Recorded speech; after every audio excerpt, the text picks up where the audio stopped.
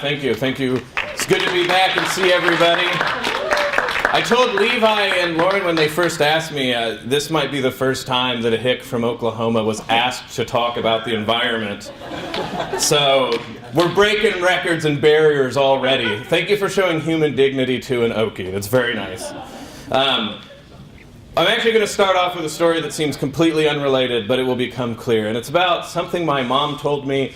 You know, one of those really important roles of your mother is to allow you to humiliate yourself. It's very important in the development of a child to be humiliated, right? So my mom exceeded at this. And one of the ways that she pulled this off was she told me, son, because we're very proud Oklahomans in a way that only someone who grew up poor in Oklahoma, like granddaughter of sharecroppers can be. She goes, Oklahoma has the most lakefront, like lake shoreland in the United States. Now you're all hearing this and rightfully saying, that has to be absolutely false, right? But I believed her because it was Mom, she loved Oklahoma, and by God, we're not going to let Kansans or Texans tell us otherwise. So when I moved to Kansas, this was an opportunity of people going, it has to be Minnesota, Bo, like they have 1,000 lakes. Oklahoma can't have 1,000 lakes. Mom said. So at any rate, you know, I kind of let this one float because I was like, oh, that can't be right. Then, of course, you know, the internet comes out, and lo and behold, it's absolutely false. But not absolutely. Let me back up. Oklahoma does have the most lake shoreline man-made lakes. Every single lake in Oklahoma is man-made. And so, Mom was right. She just didn't give all of the information. And this is, as an aside, this is sort of a thing in my family. One time I got in a huge argument with my granddad who swore that he had eaten dolphin. And I was like, Granddad, if you ate dolphin, you are a friend with a poacher. And he's like, no, we ate dolphin. What he meant was mahi fish, which is called dolphin fish by some people. And so, like, technically my granddad won that argument. But I'm pretty sure Granddad thought he was eating flipper. But at any rate. So this isn't a big deal to me. I'm like, oh, okay, well, that makes sense. Oklahoma, all of its lakes are man-made. And it didn't really make a dent in my mind until I heard a country music song, which this might be the first time you will ever hear someone using a country music song to explain Pope Francis. But here you go. So Jason Bowen and the Stragglers, which to me is the supreme red dirt band from Oklahoma, they have a song called The Farmer's Luck. It was actually written by someone a little earlier than them, but they've made it sort of popular in the red dirt country music scene. And what The Farmer's Luck is about people in Oklahoma whose farms were displaced when they started making all the man-made lakes, but particularly when they made Lake Eufaula. If anybody's been to Lake Eufaula in the sort of southeastern part of Oklahoma, there's all these lakes that people love. Everybody goes fish, everybody goes in jet skis. But the whole song is about someone whose granddad lived in the bottomlands of the North Fork, South Fork, and the Canadian rivers. And these valleys that you have in Oklahoma, because there were no lakes, is the absolute most fertile part of Oklahoma in an otherwise horrible place to farm. To bring this into historical, sort of ecological view, you know why they gave everybody Oklahoma, including the Indians and all the white people they didn't like? Because it's horrible to try to grow a farm there. Like, it is bad news. Why does the Dust Bowl start in Oklahoma? Because clay is notoriously bad for keeping its topsoil. And so, if you want people that you don't like to feel great, like, hey, you have land, now leave us alone, you send them to Oklahoma, to the Twin Territories, Oklahoma and Indian Territory. The only places that, and cotton is, of course, the worst about this. Another thing, right, where, you talk about the history of the South. Cotton, beyond the fact of the horrible nature of the cotton industry and how it came to the United States, from an ecological point of view, cotton is about the worst thing that you can put in the South. You can only grow 3 successive cotton crops before you've depleted the land so much that cotton will not grow on it. Mississippi, the entire delta, used to be a swampy forest. It's not anymore because they had to keep slashing and burning the southern bayou forest going west so that they could keep growing more cotton as cotton production ramps up right before the Civil War. So already when people start thinking about the degradation of the South and it's already poor, I hope you start seeing something that I'm going to make more explicit later, that the sociological and ecological worlds cannot be easily torn asunder, no matter how much people want to do that, and no matter how people decide what scapegoats they like to make about the environment. So, to keep rolling here, Oklahoma, is a place no one wants. They send the Indians there in the Trail of Tears. They send Irish people there that they don't like. This is how my family starts to end up there. The only good farming land is in the east in the river valleys. And so the Cherokee and the Indians that had slaves on the Trail of Tears brought their slaves with them to Oklahoma and planted cotton in the river bottoms. And so this continued on until the South, actually Oklahoma, has the last Southern brigades fighting against the North. They're all Indian-led. Quanah Parker, if you've ever been to Tulsa, Quanah Parker Avenue is this very important thoroughfare because Quanah Parker was the last Confederate general to surrender. He was full-blooded Cherokee. He also had like 30 children, so a lot of us are related in Oklahoma because of Quanah Parker. So after, by terms of surrender by the Union armies, all of these sort of mini plantations, mostly ran by the Native American people, are broke up. And what you have is poor sharecroppers in the valleys of like the Canadian River off the Arkansas system. Sorry, it's the Arkansas River down there. They grow cotton and soybeans on the bottomlands, because the bottomlands of the river valleys in Oklahoma periodically flood. So this isn't anything like the Nile in Egypt, but it's enough that it can replace the topsoil on a semi-regular basis, that crops as harsh as cotton, if they're interlaced with soybeans, will sort of perpetually grow. So this country song is about, well, my grandma read the Phoenix, which the Phoenix is, I think, it's either the Muskogee paper or the Shakota Phoenix. I forget which one it is, but it's this long-standing paper in Oklahoma. My grandma read the Phoenix to the front page to the back. She read the editorials in the Farmer's Almanac. One day she saw a headline that filled her heart with fear. She said, "Will, they're going to dam the river. They're going to move us out of here."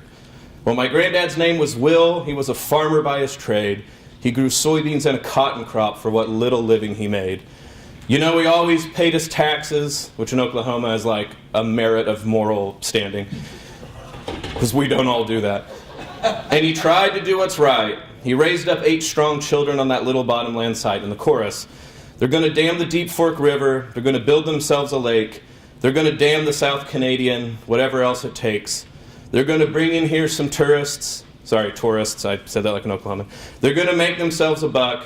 They're going to dam the Deep Fork River and damn the farmer's luck. And this idea is like ecology and sociology are absolutely entertained. The song keeps going and has some great lines, like the granddad goes and he's listening to what everybody is, like the government has to say. Well, my granddad listened patiently, but it was more than he could hear. He said, "Leave our rivers alone, boys, and damn the Corps of Engineers." And if you've met Oklahomans, this is their long-standing distrust of engineers ever since. What's funny about all this, though, when you start talking about the sort of political makeup of Oklahoma and how this deals with ecology, is this wasn't like some freewheeling, Koch brothers octopus idea about how to manipulate poor people. When they did all this and they finally made the dam and they locked the seals and made Lake Eufaula, they have this big party and they're shooting off fireworks. You know who the key speaker was? LBJ. LBJ and the Democratic governor, because all the Okies at that point are yellow dog Democrats, and they go down and they used eminent domain to take every single one of those farms. All of them are gone. And so the last part of the song is like, you're from Tulsa, you work in oil, you have a stressful week, you go down to the lake and you grill stuff on a propane grill, and you're on your jet skis, but then it just wants you to think.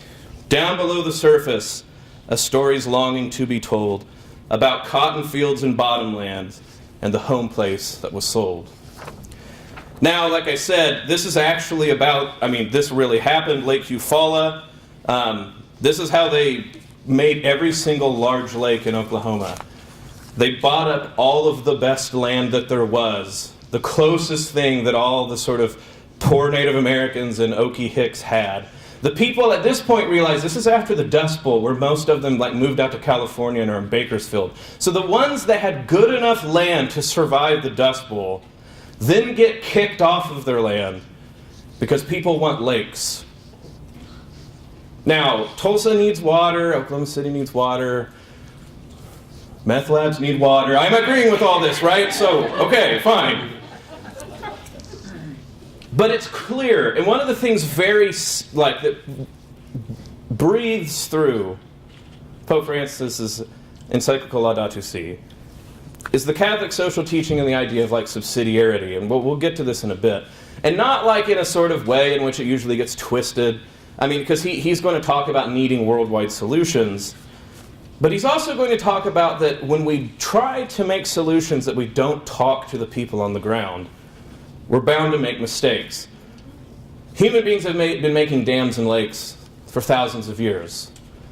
They also usually took longer than a 50-year period where they displaced nearly everyone who had decent farmland in that same amount of time. If you want a more just horrible example, the sisters that the university I'm now at come from, they're the Sisters of Mercy, and they have a very big focus in Haiti. A lot of their missions in Haiti. If you've ever read Paul Farmer's book, Mountains Beyond Mountains, which is literally hey, if you haven't cried enough today, you should read that book. You'll cry more. And about just what people have done to Haiti. By the way, quick side note, just if you don't know, America rightfully should be ashamed for its history in the slave trade. France, oh my gosh, you realize that France still holds debts against Haiti? They charged Haiti when the slaves freed themselves. Haitians are still paying that debt. Don't let no Frenchie act like you are uniquely bad. Ugh. French. Anyway.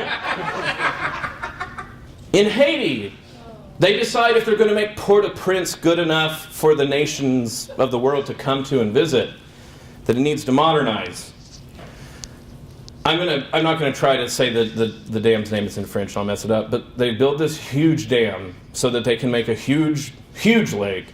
It can power everything in Port-au-Prince, all this stuff like that. One of the few things left for rural Haitians after the slave revolts and after pretty much, what's a sort of silent blockade of all of their agricultural byproducts, was fishing. And you can ask anybody from Haiti who's made it over here, interior island Haitians love fishing just as much as coastal Haitians, and that used to be seen as sort of a thing of prowess, is how good you were at fishing. When they did this, I don't have the percentage, but they basically absolutely killed the fishing trade, but even more so, guess what most people in the interior of the island of Haiti subsisted off of? Fish that they got every single day and could no longer do it. Again, humans have built dams for centuries. They've made lakes. Did one person go and ask any of those Haitians at the bottomland the ramifications of what would happen if they made a big lake in the middle of the biggest fishery for all those people? So when we hear people talk about the environment, and we should, anybody who loves Tolkien as much as I do, I'll talk about him in a little bit, anyone who loves Tolkien as much as I do, cannot begin to act like they're okay with what is happening to the environment. But when you go and talk to people, like the people in the song, like my relatives in Oklahoma, and you hear about their instinctual distrust of organizations like the government or things bigger than them to solve a problem, the government earned it. The government earned it hard. And so one of the things that we need to do when we hear the Pope talking about this, and he does, the Pope in Laudato Si, one of the things that I point out is that the problem with a lot of papal encyclicals, but particularly ones Pope Francis writes, is they're long, because he's a Jesuit and they like writing.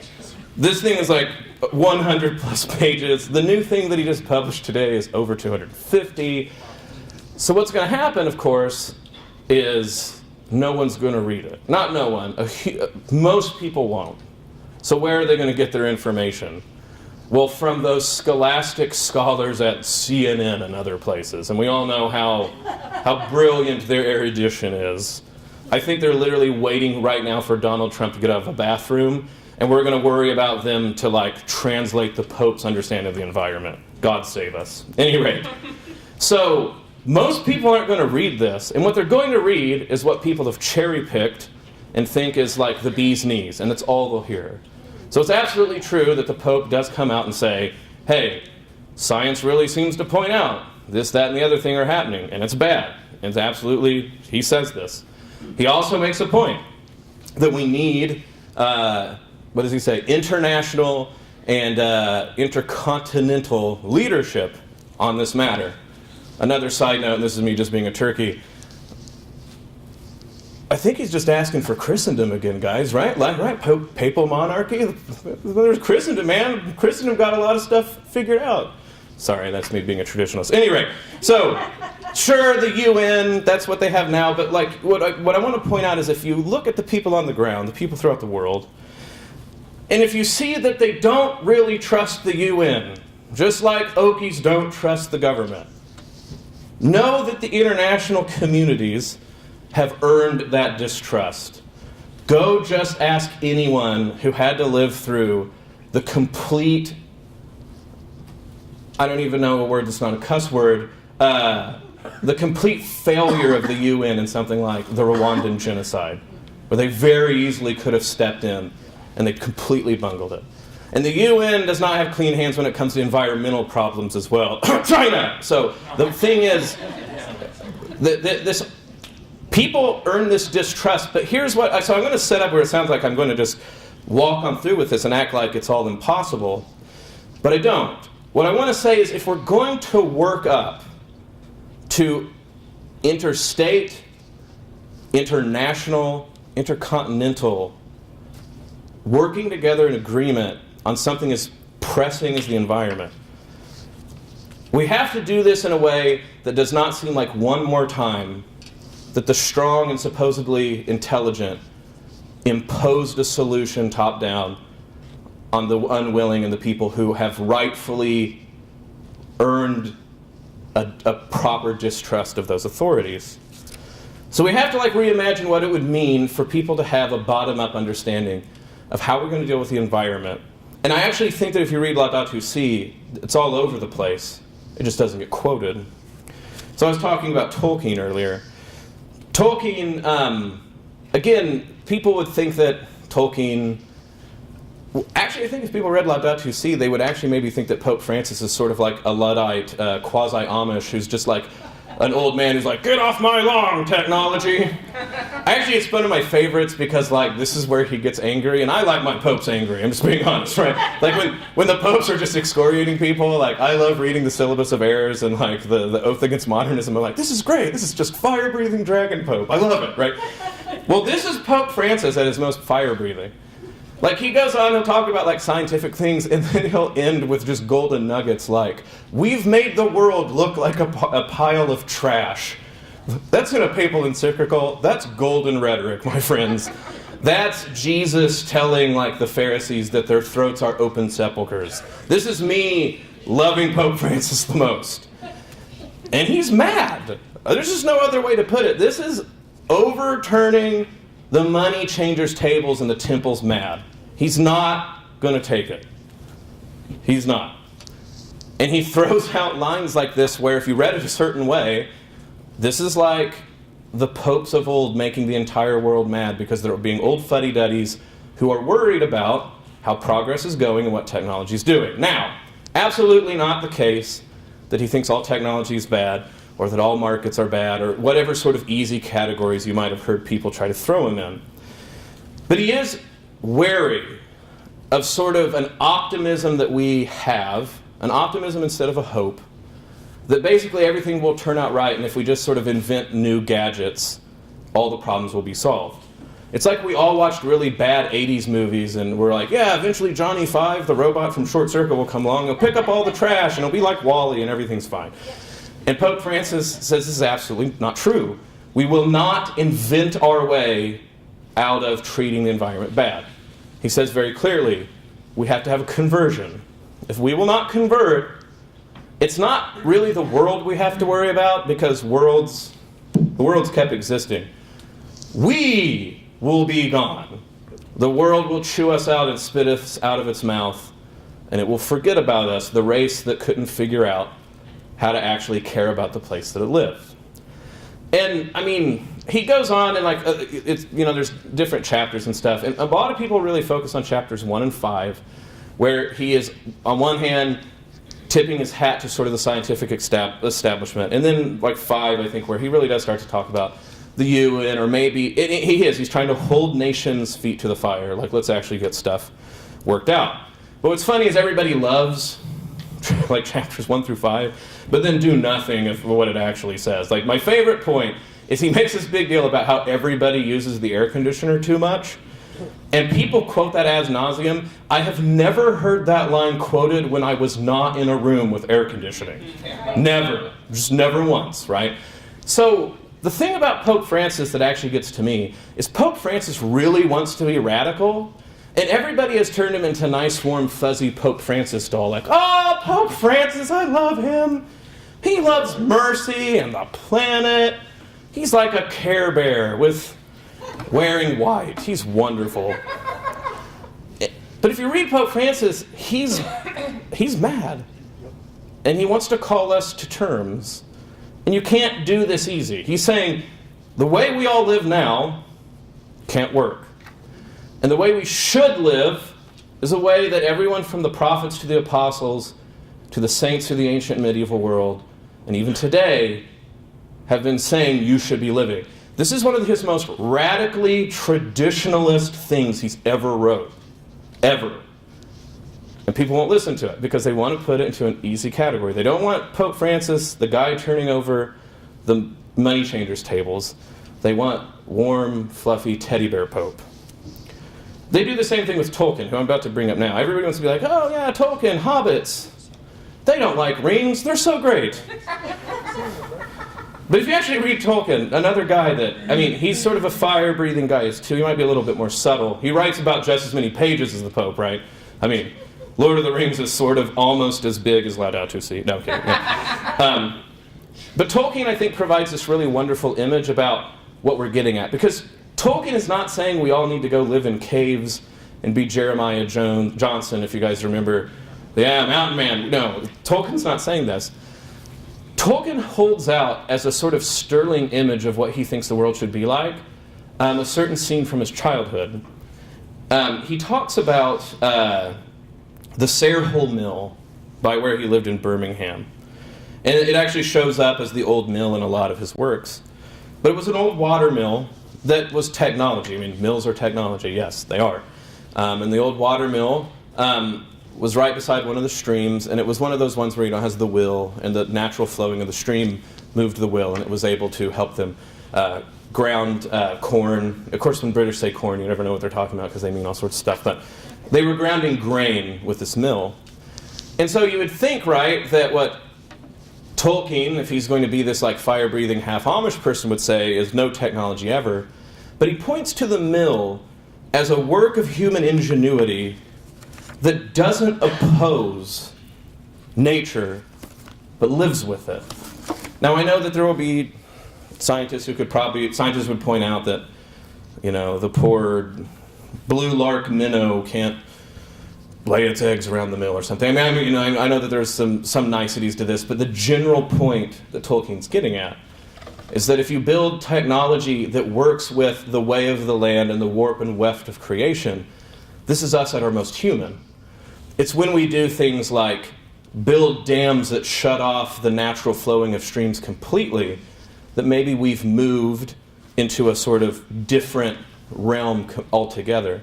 For Tolkien, the sort of definitive measure, like what he proposes, is he has the mill at his home that allowed the stream to go and didn't kill off all the fish. You could fish upstream or downstream from the mill. And his experience in World War I, where in order to try to kill one another, the nations of Europe dug trenches that still today have like left scars on the land, filled with the dead, sure, but have also made it where the wounds of that sort of battle have never fully healed. Now, I'm not acting like grass doesn't grow on them and stuff like that, but you can still go see pictures of where the trenches of World War I were dug.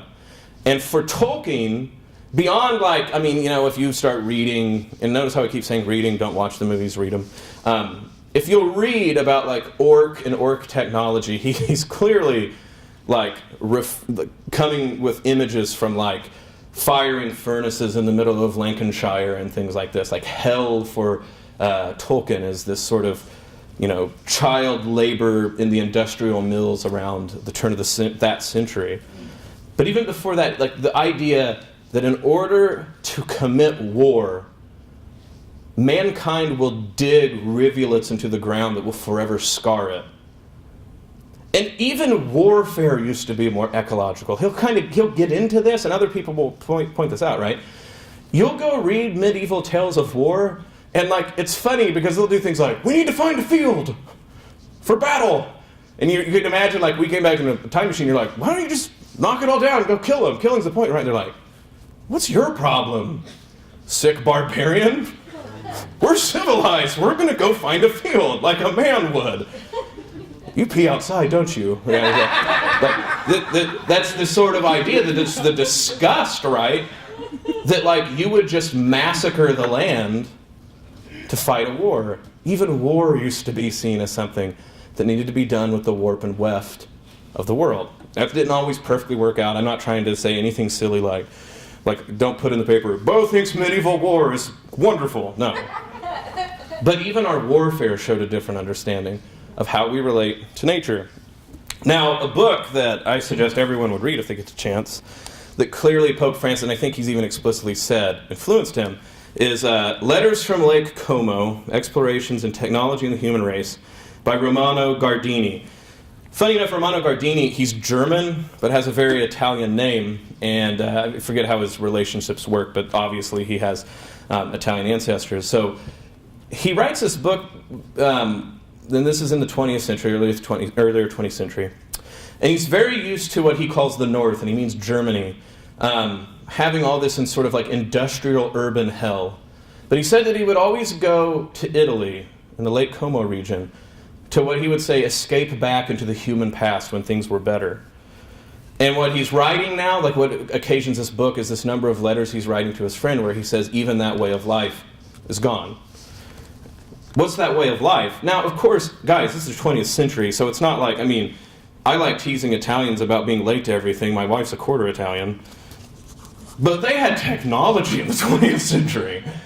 What he's saying is the idea about what it... Now, so he goes on and he has this very philosophical idea about how it is that humanity can't stay in a state of nature, but that precisely when we take nature and mold it into certain things, he says this is sort of the Christian understanding of spirit and body working together. And so he says we can't be like the animals, we can't go live free and run around and be unthinking. But, he says, when you look at something like a sailboat, and he has this ode to the sailboat that makes me want to go sailing, and I hate water because I'm an Oklahoman, and water scares me. But I'm like, I should go sailing, right? He talks about the sort of beauty of molding the wood and the woven sails together in order to ride upon the waves. And so you see him then talk about what that's like and what changes. So I'll try to give you examples so that what I may say may not be too abstract. Take a vessel sailing on Lake Como.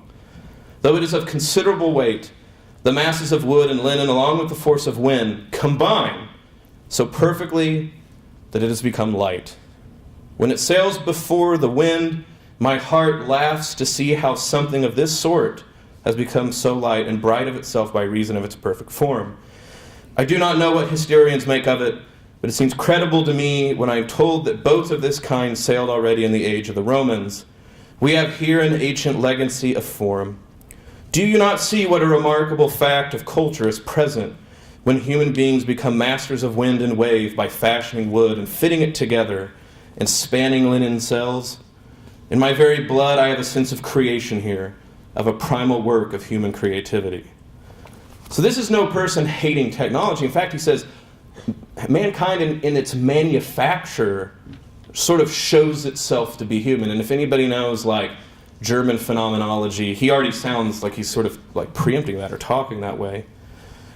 But he makes the point that what we have to realize is that when mankind makes this sort of technology, its relationship with nature is never far away. In fact, he says, if you look at the ship and the waves and the wind, he says nature and humanity are breast and breast together with their force. They're like lovers holding each other. That they're that intimate in their working together. We still, in a vital way, are body, but we are shot through with mind and spirit. But then he says something begins to change. Let the remoteness from nature become greater, and we'll see something very different. You start to see these gasoline engines and the steamboats being built. And he says they're so large now that nature no longer has power over it. We can no longer see nature on it. People on board eat and drink and sleep and dance. They live as if they are in houses or on city streets. Mark you, something decisive has been lost here. So what he's saying is that when you do technology in a certain way that it has a relationship, like he says, breast to breast, face to face with nature, is maintained. And you see this with a sailboat, right? Because a sailboat can't cut straight through the water. It depends on the waves and the wind. But when you have a gasoline-powered boat, it makes wave. It destroys waves. It's like the honey badger. It don't give a you-know-what. It sails straight through. And he actually points us out that even the houses of Lake Como do the same thing. Lake Como used to, if you've ever been to an older city, especially if you got the chance to go to Europe, and then, don't talk to me, I've never been rich enough to go, but Father Joe, but other people, if you see this in the other parts of the United States, there's old enough cities, right, where there's no straight roads.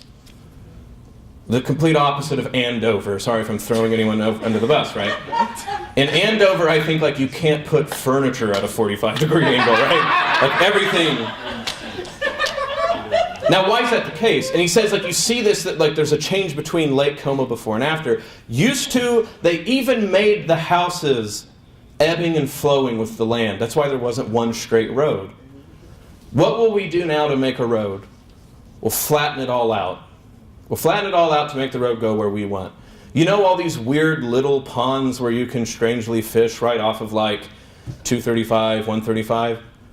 Those ain't natural either. That's where they dug a big hole in the ground to raise up whatever road they were making. We will plow through the natural fabric of the land in order to make whatever we want work. Now, again, I don't have any... this is where, I'm a philosophy major. You don't trust me to make anything. I can hardly tie shoes. So I can't tell you any sort of, idea about what this, completely means.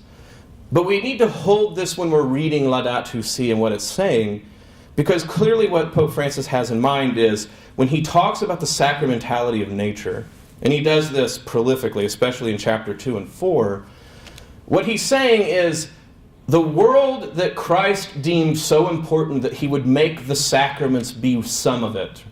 Right? It's not a spiritual religion completely.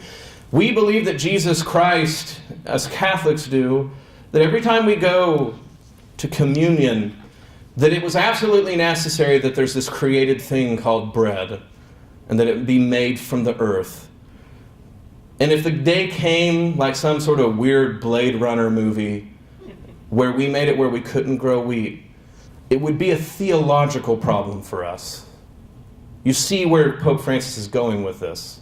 If it came to the point where we couldn't make wine so that in the Eucharist the wine could become the blood of Christ, we have a theological problem. The world is charged with the grandeur of God, says another Jesuit who doesn't write quite as long of things as Pope Francis, but he's writing poems, so it's understandable. Gerard Manley Hopkins. But Gerard Manley Hopkins, his entire poetry is an ecology about what mankind does. In fact, Hopkins has this great line where he says that basically human beings have lost touch with nature because they have shoes on too much. Now, it's like part of the poem itself, nor does foot feel for being shod, I think is how he puts it. But his literal idea is our feet don't get dirty enough to care about where we're at. Our feet don't get dirty enough to care about where we're at. Which leads me into sort of the last point I really want to bring home in order, again, my idea is not going to be, look, you should read the thing yourself. I've always told this to students, I'm not going to do your reading for you, because I'm a jerk. What I'm going to do is hopefully give you lenses to maybe see it better than the magistrates at CNN and whatnot. So the last thing I want to be able to really impress upon you, that when you approach this, that you really start to feel what he's getting at. How are we going to reconnect? How are we going to become breast to breast with nature again? So that someday we here on the ground will say, yeah, we need to do something worldwide about this. Because we're not going to do it just if people try to impose it. And we're not going to care if we don't feel any connection to where we're at. And so the last thing that we have to talk about is a word that Roger Scruton has come up with. He's writing an entire book, How to Think Seriously About the Planet, The Case for an Environmental Conservatism. Roger Scruton is an English conservative, sort of in the vein of Burke. And I mean, so when he's talking about conservative, he means like he thought the French Revolution was a bad deal, not Donald Trump hats or whatever.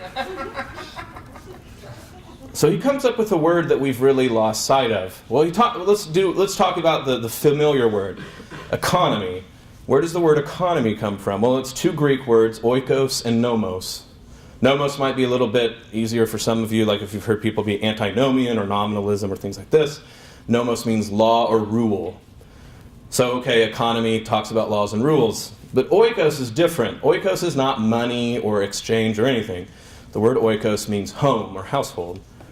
So economy is a household law or rule. And in Greece, this makes sense. They don't have moneyed economies like we do. So to be economic is how do you manage the affairs of your house so that it can thrive and grow. And then, of course, you see how that it develops into what we call the economy now. Well, Scruton says what we need, or we will never have a working environmentalism, is he calls oikophilia. So philia, any of you took philosophy with me, right? Philos, Sophia. The love, philos, of wisdom, Sophia. So oikos, oikophilia, oikos, home, philia, love. If we do not have a love of home, we're not going to listen when the UN tells us to do stuff. We're not going to listen when scientists tell us that we're destroying our planet. In order to have an understanding of a common home, which is what Laudato Si is subtitled, Laudato Si, on our common home, you have to have a particular home first. If you've never felt like anywhere is home in your entire life, how will you ever understand that the planet is also your home? And this is Scruton's point. We've lost, and he's going to go after the same people that what you would call the left or liberals would go after. The economics of our day and time teach us that at a drop's notice, you should leave. And I understand the irony of me standing up here saying this. I left. No, I mean it. I wanted to stay in Wichita as long as I could. And I had to leave because I needed a job, because I have all these kids and it's going to support me and all the things that are going to happen. I understand the irony of this. I understand that students who get done can love Wichita and feel like they can't stay. The economy presses people to do this. And when it does, and you have no philia for your home, then they can do things like drive wages down, or leave, or dig big pits somewhere and not care. Again, don't get me started, or I'll be talking about Oklahoma all day, about how people have abused the place and ruined it and started earthquakes and then have gone bankrupt and they don't care.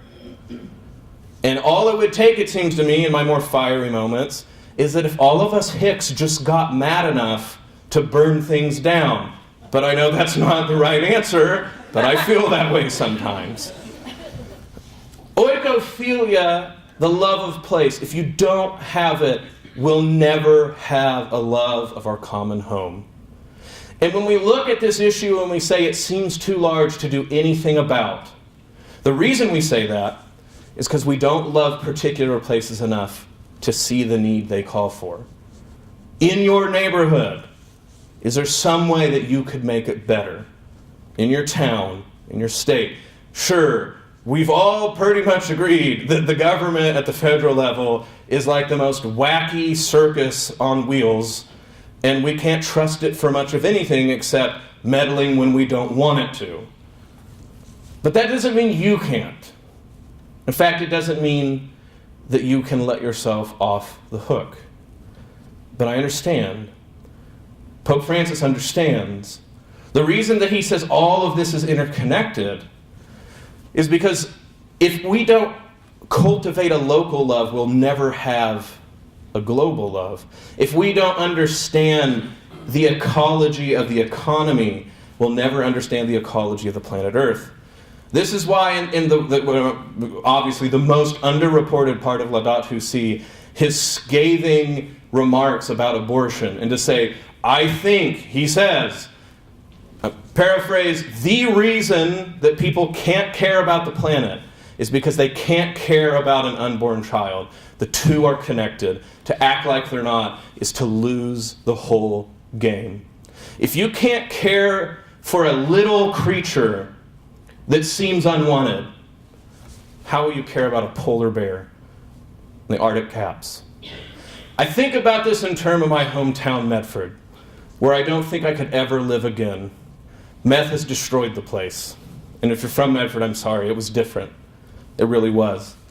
I think about subsidiarity, and I think about oikophilia.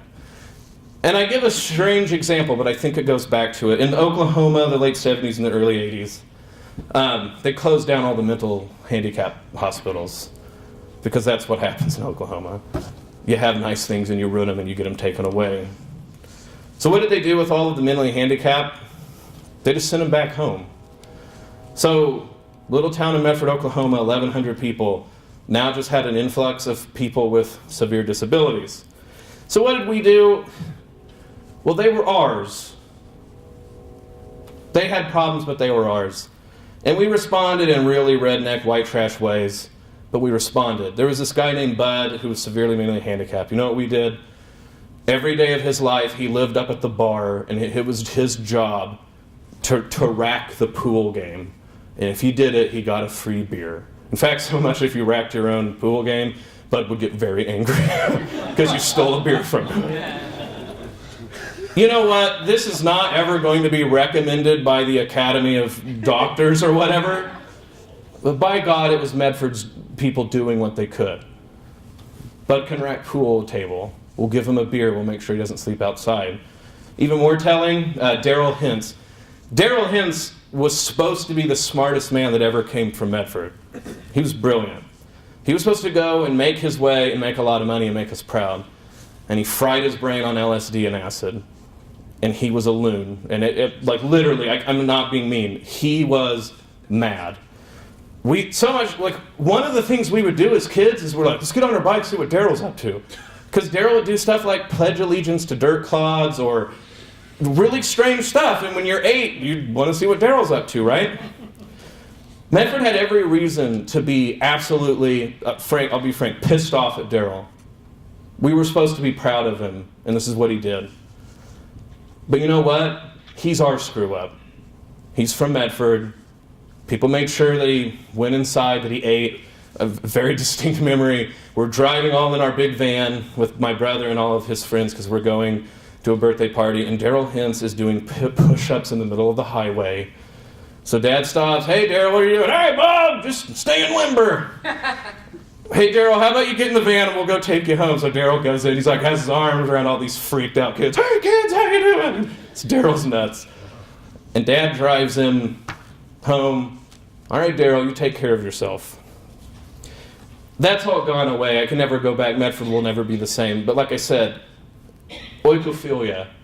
They were our screw-ups. They were our people with problems. Did we do the best job? No, we were a bunch of hicks. But they were ours, and we did what we could. And now I'm not acting like we did all sorts of stuff in Oklahoma, that we let people pillage our land and all sorts of stuff like that. Agreed. But the same applies for the environment. If none of us care enough about a place, a particular place, or to put it in Christian terms, an incarnate place, we'll never do anything. It will all be for show. We'll say stuff and make big claims, and we'll make treaties no one will actually try to enforce, because people don't love where they're at enough.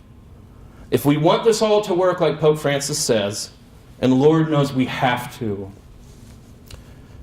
get where we can love places again. Oikophilia is the beginning. Oikophilia is what will make people love a place enough to take care of it.